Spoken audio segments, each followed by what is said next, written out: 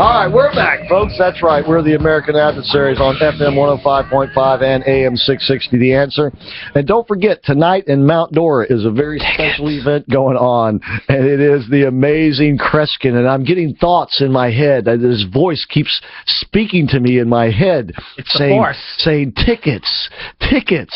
We've got a couple of pairs of tickets to give away if you'd like to go see the amazing Kreskin tonight. If you're going to be up in the Mount Dora area, you don't have to pick the tickets up. They'll be waiting for you at the box office at the theater, which is at the Mount Dora Civic Center. And the amazing Kreskin is going to be there tonight starting at 7 o'clock. And if you call us now, all you have to do is give us your name. We'll forward that on. And if you're up in that area and close to the theater, would like to see Kreskin, or if you just want to head on up there from Orlando, just give us the name. You might be a little late, but you'll be able to see him tonight.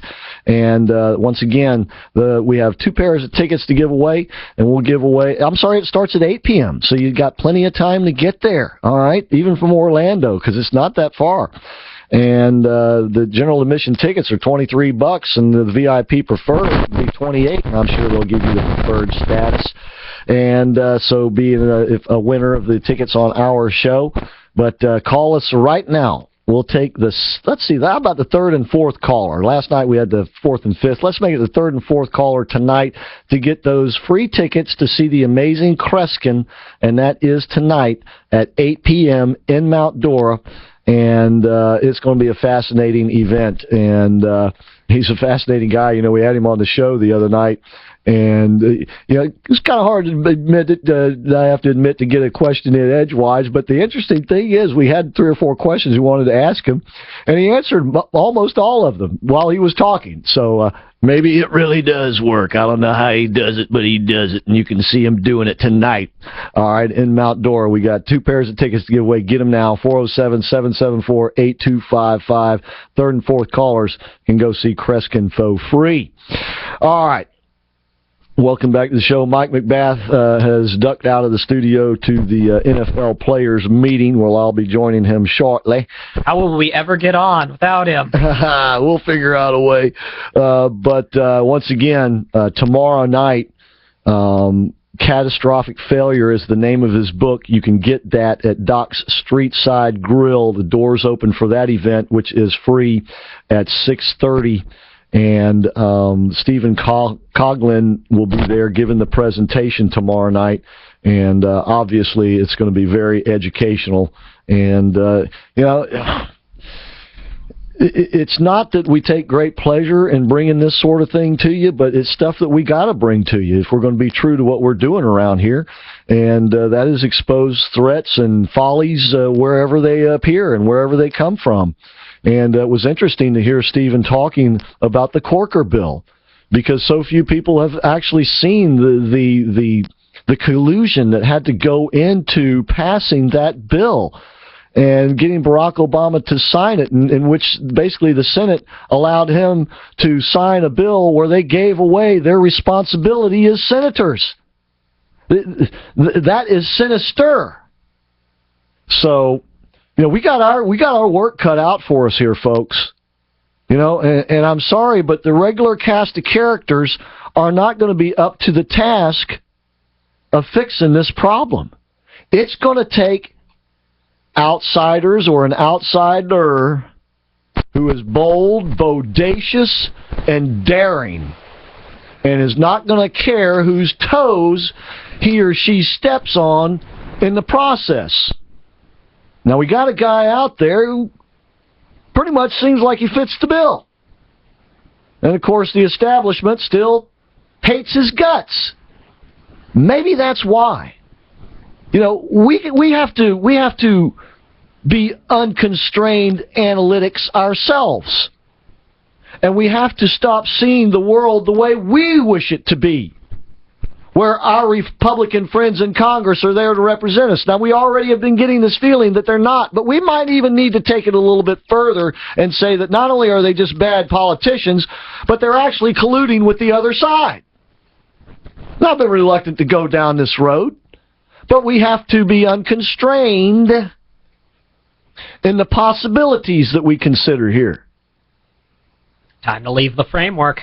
Exactly.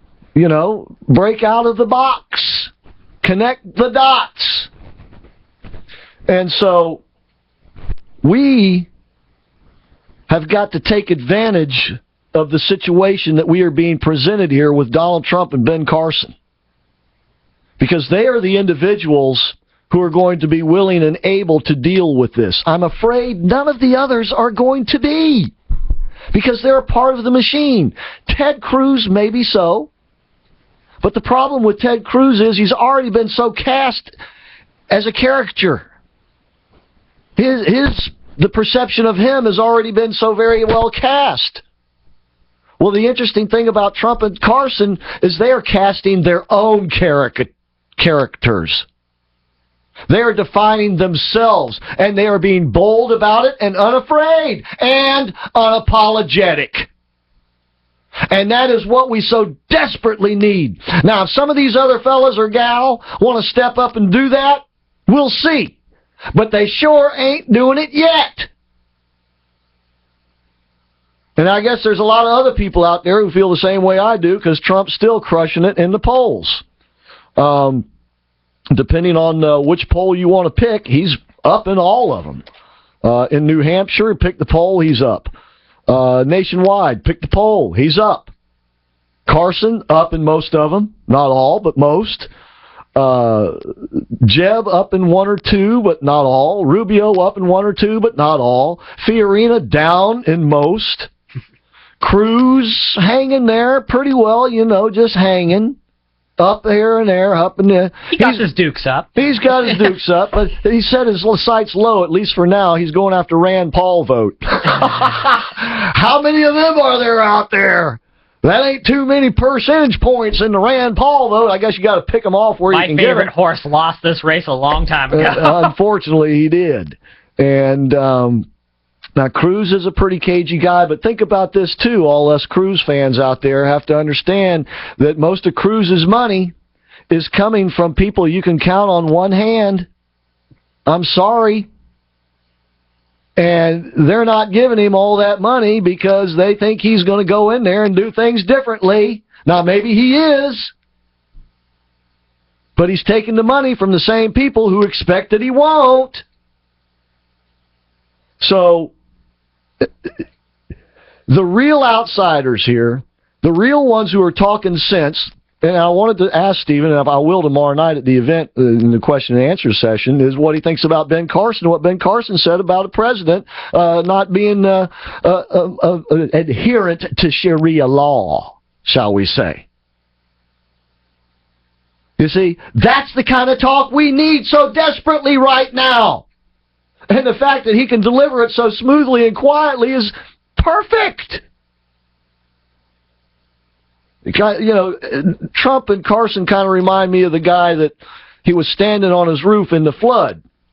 And he was praying to God that God would deliver him with a miracle. And God sent a guy by in the boat, and he refused to go in the boat. And he sent a guy by in a helicopter, refused to go in a helicopter, and then finally the flood overtook him and he died. And when he got to the pearly gates, he said, "Why didn't you save me?" He said, "Well, I sent you a guy in the boat.